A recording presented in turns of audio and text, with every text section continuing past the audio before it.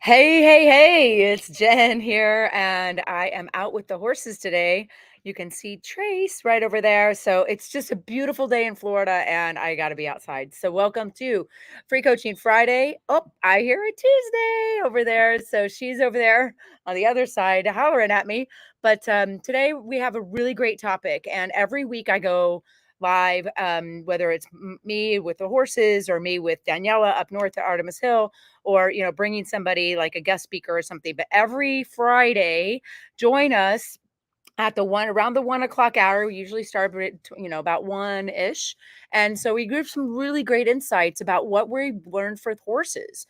And today I'm going to talk about something I know that's near and dear to a lot of our hearts: boundaries. It's such a huge topic. It bears a lot of attention because so many people, I know I used to be one of them. Who here used to be a people pleaser, or is a recovering people pleaser? And I kind of jokingly say it when I go to describe like the Bellas of the world. There's like, if you invite a Bella to a party and you go, what do they ask? Oh, can I bring anything? Sure, yeah, just bring a bottle of wine. And this even happened to me today because I'm going to a thing tonight, and I said, well, what kind of wine would you like? And she said this one particular brand, and I was like, oh, well, maybe I should also get a white. It was a red. I said, maybe I should get a white, and she's like, well, one bottle should be fine. I was like, no, no. Because when you invite a Bella to a party and tell her to just bring a bottle of wine, she's in her brain going, well, maybe I should just get a cider for the people that don't drink. And then, well, I got to get a red. If I get a red, I got to get a white, because then maybe I just, I want to make sure that if they don't like red, then there's a white. And then, well, it is a celebration. So maybe I should get a bottle of champagne too. Like, oh, a Prosecco. Yes. And you know what? Even get 10% off, because there's a 10% off when I buy 4 bottles or more. So then you like mix, like you convince yourself that this pleasing, instead of just going, no, I'm going to get one bottle. Right. So today's conversation, and if you're watching, please post a comment or let me know that you're here. If you're new to watching Free Coaching Friday with Jen and Daniela, or just myself, when Daniela can't make it, we need to send some prayers to Daniela. By the way, her family, her mom is having some things done for her health. So we need to make sure that we're sending her some positive love and energy today. Love you, Daniela. Prayers for your mom. But we always are here in some way, shape, or form talking about how horses have impacted our lives, not just our lives, but our personal lives, my professional life. It is maybe a better communicator. The way I've learned about personalities with these horses, I'm telling you, who here is a people pleaser? Anyway, let us know that you're here. And if you're just joining us for the very first time, welcome. I'm so excited to get to know you better. And if you're returning, please welcome back. I love to see repeat faces and get to know you down this journey of how horses can really truly impact our lives. So again, kind of coming back to that people pleaser, I was one, man. But I'll tell you, if you come here, you get to know me, and you're like, no, she's we got boundaries. Yes, we do. We got boundaries. How about you? So, do you have boundaries? What do they look like? And how can you say yes to things without turning into this overachieving people pleaser and showing up like for the wrong type of significance? Now, if this is something that brings you joy and you love it and all of the above, go for it. But if you're doing it because you're worried or concerned that you won't be bringing enough stuff, or like, I'm going out of my way to make this organic whole wheat orzo chicken salad with roasted peppers and goat cheese. I'm like, I'm going, but you know what? I love to cook. I actually have all of those. Let's see, what I had to get the orzo, I had to get the pasta. I have all of those ingredients in my house already. So for me, it's not like, oh, I want to make sure that I show up with something that will be good enough. I'm doing it because it brings me pure joy. Right now, if I'm getting significance from that and people ooh and ah over my pasta salad that I'm making, great. If not, that's okay too, because I did it for the joy of doing it. Now that's the difference, right? Do you see that? If you are doing something for the joy of doing it because it makes you feel good, like being out with the horses. I'll tell you something. As I'm excited to go this evening, but I would have just as much fun with a bunch of friends out here playing with my horses, right? So it's about like that community and what you are saying yes to. When you say yes to something, you're saying no to everything else. When you say yes to the red wine, you're saying no to the white wine. right? And I'm just saying that because it becomes choices that we need to make. And if you're a Bella, and if you don't know if you're a Bella, you can go to my website and take my quiz, and it'll tell you which personality type you have based on the little quiz and sort of what I've observed over the last 20 years working with horses. And a Bella is like me. I'm effusive, I'm gregarious, I'm kind of a life of the party. Not always, but I'm not really a party goer, to be honest. But intrinsically, it's I love to share my stories. I love to talk. I'm absolutely an extrovert. Focus is my weakness, right? And when I lose focus, sometimes I wonder whether or not the decisions I've made about which, and I'm kind of picking on the wine instance. I'm not that I, don't care what we could be talking about fruit. It doesn't matter. But when I go in and I'm like, I'm like, well, what about this? And there's too many choices. With the Bella personality type, you really have to just say, get this, get only this, don't get anything other than this. And if they don't have this, call me. Right. So instead of like thinking, well, they didn't have that. So I got this and I got this and I got this and I got this to make up for all of the right. Did you sound familiar, guys? Anybody here? Does this resonate with anyone? And they label it ADHD, and I go call bullshit. It is not ADHD. It is a feeling of security in your self-worth.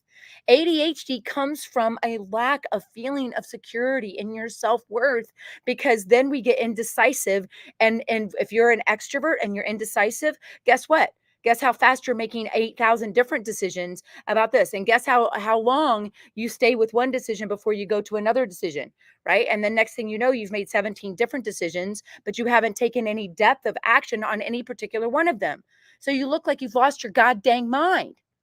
But the truth is that you just don't have something that you feel confident enough in yourself and have enough self-worth about that you can make that decision and stick with it, because we get bored easily. Bellas, don't you tell me you don't get bored. I see you checking your phone while I'm talking to you. Our need for high levels of serotonin, dopamine, or whatever those good chemicals are that get dumped into our brains is very high, right? You can dump a lot on us as long as we're focused, right?